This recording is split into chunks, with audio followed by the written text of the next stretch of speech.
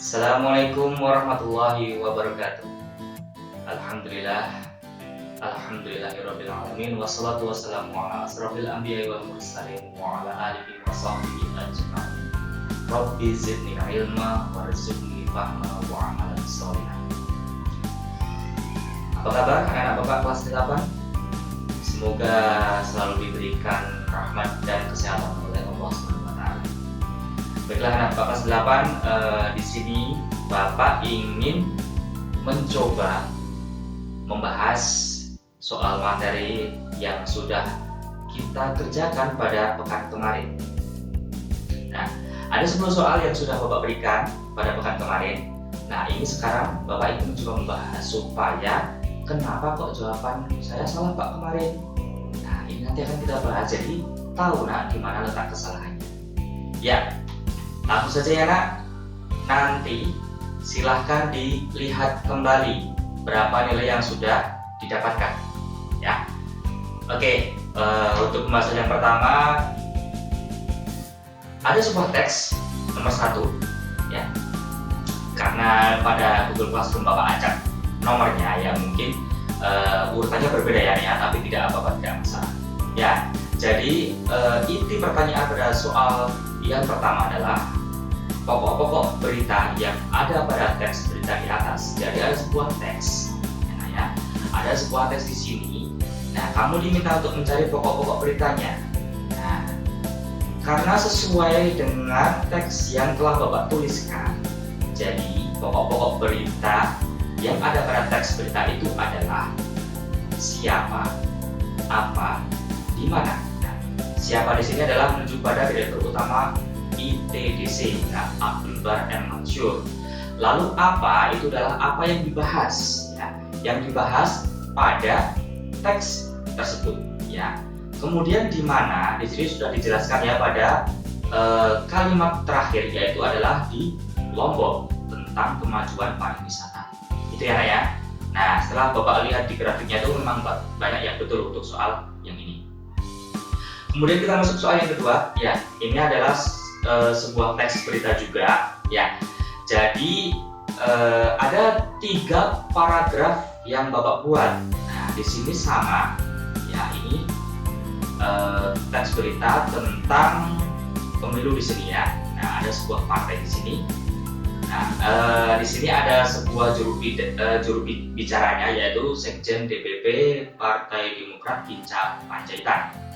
Nah, untuk soal yang pertama, kebetulan dalam teks ini ada 2 pertanyaan ya. Ada 2 pertanyaan. Yang pertama adalah simpulan teks berita. Jadi nah, kalau kesimpulan itu kita harus membaca semua, ya. Semuanya harus kita baca lalu kita pahami. Kemudian kita cari inti beritanya apa. Nah, ada 4 pilihan ya, ada 4 pilihan. Dan kalau dilihat dari pilihan tersebut, yang paling cocok adalah Partai Demokrat mengingatkan agar tak ada kecurangan dalam gelaran Pilgub DKI. Nah, itu ya, karena memang itu adalah inti dari pokok beritanya. Oke, kita masuk ke soal yang selanjutnya. Contoh tanggapan positif. Ya, jadi tanggapan itu ada yang positif ada yang negatif ya. Kalau yang kita kenal tanggapan yang negatif itu adalah mencibir sekarang ya, karena semuanya bebas memberikan tanggapan atau komentarnya di media sosial. Nah, kalau kita lihat ya, sebenarnya ada 2 jawaban yang hampir mendekati ya dengan jawabannya. Ya, cuma karena kita harus melihat kembali ke teks yang sudah dibuat. Jawaban yang paling tepat, contoh tanggapan positifnya adalah masyarakat jangan mudah diintimidasi oleh siapapun. Ya, itu jawaban yang tepat karena memang sesuai dengan pokok berita yang sudah ada, ya, yang sudah dituliskan.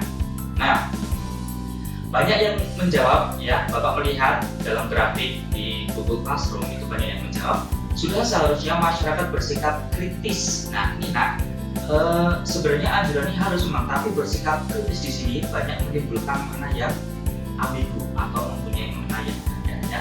Sikap kritis itu juga bisa negatif, bisa positif. Ya, kenapa jawaban ini tidak tepat? Oke, kita masuk ke teks berikutnya. Mungkin tidak semuanya ya Bapak bahas ya, karena juga mengingat waktu. Nah, Bapak rangkum karena ada beberapa jawaban yang mayoritas banyak salahnya ya. Oke, nah ini Bapak lihat. Oke, jadi ada sebuah teks di sini. Para petani di desa Plosowati merasa resah karena sejumlah titik tanggul di desanya juga mulai retak dan rawan jebol. Mereka hanya berharap pemerintah Kabupaten Lamongan segera memperbaiki tanggul agar petani tidak terus merugi. Nah, pertanyaannya adalah kata kerja. Nah, kata kerja itu adalah berarti sebuah kata yang di situ ada menunjukkan sebuah aktivitas ya, atau perbuatan. Nah, kalau sejumlah itu adalah sebuah kata benda, betul ya. Retak itu sama lah ya, itu berupa kata keterangan, kecuali kalau meretakkan. Kalau meretakkan itu adalah sebuah kata kerja. Petani itu sudah jelas sekali ya, itu adalah sebuah subjek, artinya di sini adalah kata benda. Nah, jadi tinggal satu jawabannya, yaitu yang betul adalah merasa, karena ada kegiatan di situ ya yang menggunakan sebutan tubuh kita, yaitu hati. Oke. Oke, selanjutnya ya, ini lagi yang masih banyak salah ya, karena ini memang jenis pertanyaan yang memang cukup sulit ya. Penulisan kata yang tidak tepat terdapat pada kalimat. Oke, kita amati satu-satu ya. Sejumlah wilayah di sekitar bantaran Kali Ciliwung ya. K sudah betul ya. C-nya juga sudah betul. Dan Cipinang terendam banjir ya. Ini penulisannya sudah betul ya. Jadi tidak ada kesalahan. Lalu yang kedua, intensitas hujan yang tinggi serta status bendung Katulampa yang siaga 2 membuat debit sungai meluap. Nah, ini secara penulisannya ya, itu sudah betul juga, karena bendung Katulampa ini adalah sebuah nama bendungan atau tanggul ya. Jadi namanya bendung Katulampa, makanya huruf B pada kata bendung itu adalah ditulisnya besar ya. Lalu yang ketiga pilihannya adalah sehari usai pesta demokrasi pilkada serentak. Oke. Nah, ada yang jangan di sini. Pilkada serentak. Ya, pilkada itu adalah pemilu tingkat daerah ya. Pemilu atau pilihan tingkat daerah ya, pilihan tingkat daerah. Ini adalah sebuah singkatan. Jadi seharusnya ditulisnya menggunakan huruf besar ya, huruf B-nya itu harus besar ya.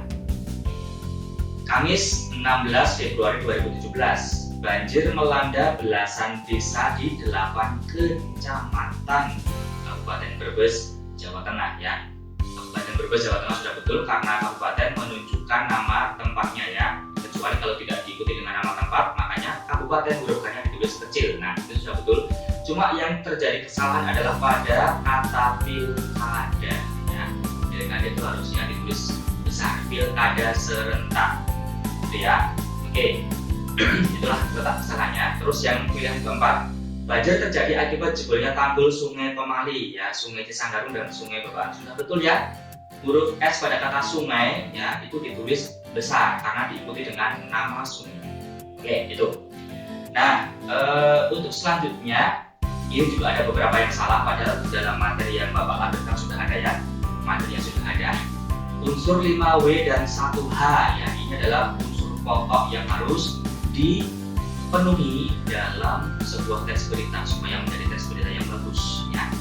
Nah, jawabannya yang betul adalah what, who, when, where, why, dan how ya. What apa, who siapa, when kapan, where gimana, why kenapa ya, sebabnya apa ya, ini menunjukkan pada hubungan kausalitas atau sebab akibat, dan how bagaimana ya.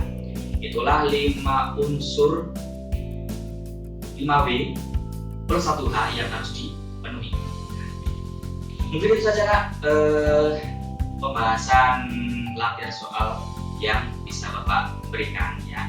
Karena memang itu Bapak lihat dari kesalahan anak-anak ya yang menjawab itu rata-rata banyak sekali di situ. Kalau itu yang benar juga sudah kebanyakan yang betul ya jawabnya.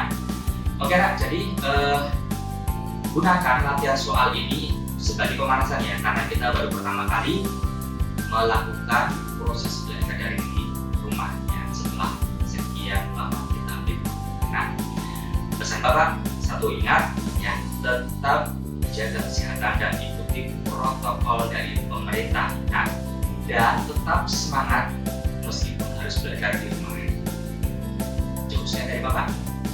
Untuk tugas yang selanjutnya adalah Bapak ingin anak-anak semua ya, memberikan komentarnya tentang siapakah tokoh seorang sastrawan yang baru kemarin meninggal dunia, yaitu Sapardi Djoko Damono. Ya, silakan nanti di searching, tuliskan dengan menggunakan bahasa kalian sendiri pada komentar di Google Classroom. Itu saja dari Bapak ya, nak. Semoga bisa dijadikan manfaat dan bisa meningkatkan